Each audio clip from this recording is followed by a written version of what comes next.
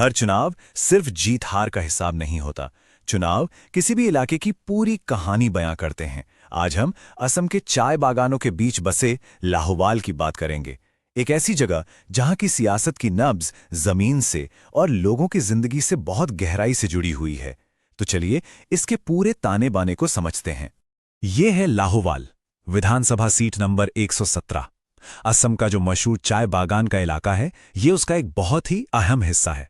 और यहाँ की राजनीति को समझने के लिए ये जानना जरूरी है कि इसकी जड़ें यहाँ की जमीन, लोगों की रोजी रोटी और खासकर चाय बागानों में काम करने वाले समुदायों के जीवन में है। यहाँ की सियासी कहानी ने हाल के सालों में एक बहुत बड़ा मोड़ देखा है। दशकों तक जो सीट कांग्रेस का एक मजबूत गढ़ मानी जाती थी, वो 2016 में बीजेपी के पास चली गई और 2021 में भी ये सिलसिला कायम रहा। तो समझिए, ये सिर्फ सत्ता का बदलना नहीं है, ये इस इलाके में हो रहे एक गहरे सामाजिक और राजनीतिक बदलाव का साफ इशारा है। तो फिर 2021 में आखिर हुआ क्या? चलिए सीधे आंकड़ों को देखते हैं, क्योंकि नंबर्स ही कहानी की असल तस्वीर दिखाते हैं। 2021 के नतीजे देखिए। बीजेपी को मिले करीब 48% वोट, कांग्रेस को मिले लगभग 34%। लेकिन असली कहानी का एक बड़ा हिस्सा इस तीसरे आंकड़े में छिपा है। करीब 17.5% वोट दूसरों को गए, जिसमें नई पार्टियां भी थीं, निर्दलीय भी। अब सवाल यह है कि यह 17% वोट आखिर किसका था और इसने नतीजों को कैसे बदला? और अब वो नंबर जो सब कुछ तय कर गया, 17,248। ये था 2021 में जीत और हार के बीच का फासला। समझिए, ये सिर्फ एक नंबर नहीं है, ये वो फासला है जिसे पाटना एक बड़ी चुनौती है। सियासत में पूरी बाजी अक्सर ऐसे ही मार्जिन पर टिकी होती है। देखिए, किसी भी जगह की सियासत को समझने के लिए वहां के लोगों को समझना बेहद जरूरी है। लाहौवाल की डेमोग्राफी में हिंदू आबादी तो बढ़ी ही है, लेकिन चुनावी हिसाब किताब में जो सबसे बड़ा फैक्टर है वो है चाय बागानों से जुड़े आदिवासी समुदाय। पारंपरिक तौर पर इनका एक खास झुकाव रहा है और ये जिधर जाते हैं नतीजा अक्सर उधर ही जाता है। तो अब जब हम इस नतीजे की वजहों को टटोलेंगे तो एक बात साफ रखना जरूरी है। हमारे संविधान का एक मूल सिद्धांत है जिम्मेदारी के साथ अपनी बात रखना। एक मजबूत लोकतंत्र इसी से बनता है। इसीलिए हमारी ये पड़ताल किसी व्यक्ति पर नहीं, बल्कि उस सिस्टम पर है जिसने ये नतीजा दिया। तो चलिए अब उस सिस्टम को समझते हैं, वो कौन सी बड़ी ताकतें थीं जिन्होंने इस नतीजे की शक्ल तय की। पहला फैक्टर है हवा का रुख। देखिए, 2024 लोकसभा चुनाव में बीजेपी की असम में एक जबरदस्त लहर थी। जो स्थानीय सांसद हैं सर्बानंद सोनोवाल, उनकी जीत का मार्जिन देखिए, 2,79,000 से भी ज्यादा। जब ऐसी तेज हवा चल रही हो तो उसका असर विधानसभा की छोटी नाव पर भी पड़ता है। यह किसी भी विपक्ष के लिए एक बहुत बड़ी चुनौती खड़ी कर देता है। अब सिक्के का दूसरा पहलू देखिए, अंदरूनी मुश्किलें। जब लगातार हार मिलती है तो जमीन पर संगठन कमजोर पड़ जाता है, कैडर का हौसला टूटता है और कई बार अंदरूनी मतभेद भी सतह पर आ जाते हैं।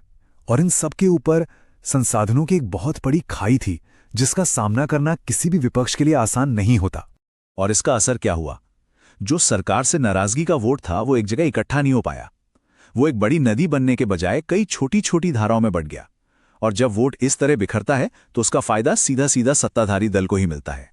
तो ये तो थी वजहों की बात, लेकिन राजनीति सिर्फ समस्याएं गिनाने का नाम नहीं है, ये समाधान ढूंढने का नाम है। और समाधान का रास्ता हमेशा लोगों की शिकायतों से होकर ही गुजरता है। तो लाहौवाल के लोगों की असल तकलीफें हैं क्या?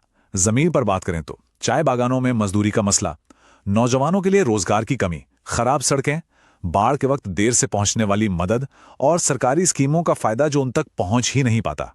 मतलब मुद्दे बहुत बुनियादी हैं, रोजी रोटी, अच्छी सुविधाएं और एक ऐसी सरकार जो उनकी बात सुने। तो इन मुद्दों पर काम करने के लिए एक बहुत ही साफ और सधी हुई रणनीति की जरूरत है। एक ऐसा ब्लूप्रिंट जिसे चतुर्मुख स्ट्रैटेजी कह सकते हैं, मतलब 4 दिशाओं में एक साथ काम करने की योजना। इसके 4 हिस्से हैं। पहला, चुनावी, यानी अपने कोर वोटर्स को साथ लाना और उन इलाकों पर फोकस करना जो किसी भी तरफ जा सकते हैं। दूसरा, संगठन, बूथ लेवल से जमीन से पार्टी को दोबारा खड़ा करना। तीसरा, नैरेटिव, लोगों के मुद्दों पर एक ऐसी कहानी बनाना जो उनके दिल को छुए। और चौथा, संसाधन, पैसे और टेक्नोलॉजी का सही जगह सही तरीके से इस्तेमाल। और ये सिर्फ कागज पर नहीं है, इसे 90 दिन के एक एक्शन प्लान में बांटा गया है। पहले 30 दिन सिर्फ सुनना, सर्वे और कैंप के जरिए लोगों की बात सुनना। अगले 30 दिन काम करना, राहत कैंप लगाना और मुद्दों पर आधारित मैनिफेस्टो जारी करना। और आखिरी 30 दिन पहुंच बढ़ाना, खास तौर पर उन स्विंग बूथों पर जहां एक एक वोट कीमती है। और हां, जब लोगों से सीधे जुड़ने की बात हो तो एक और बात बहुत अहम हो जाती है, भरोसा।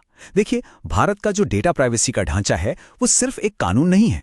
वो हमें बताता है कि हर नागरिक की निजता और उसकी सहमति का सम्मान करना भरोसा बनाने की पहली सीढ़ी है। ये कोई बोझ नहीं, बल्कि रिश्ते की बुनियाद है। और यहीं पर डेटा को देखने के दो तरीके सामने आते हैं।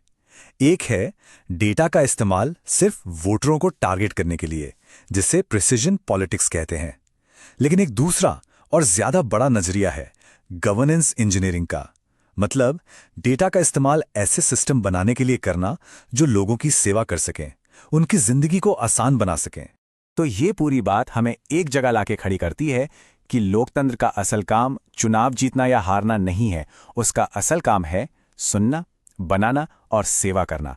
यही सबसे मुश्किल और सबसे जरूरी काम है।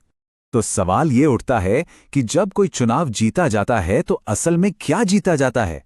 सिर्फ एक सीट, या फिर लोगों की जिंदगी बेहतर बनाने का एक मौका और उसके साथ आने वाली एक बहुत बड़ी जिम्मेदारी? सोचिएगा जरूर।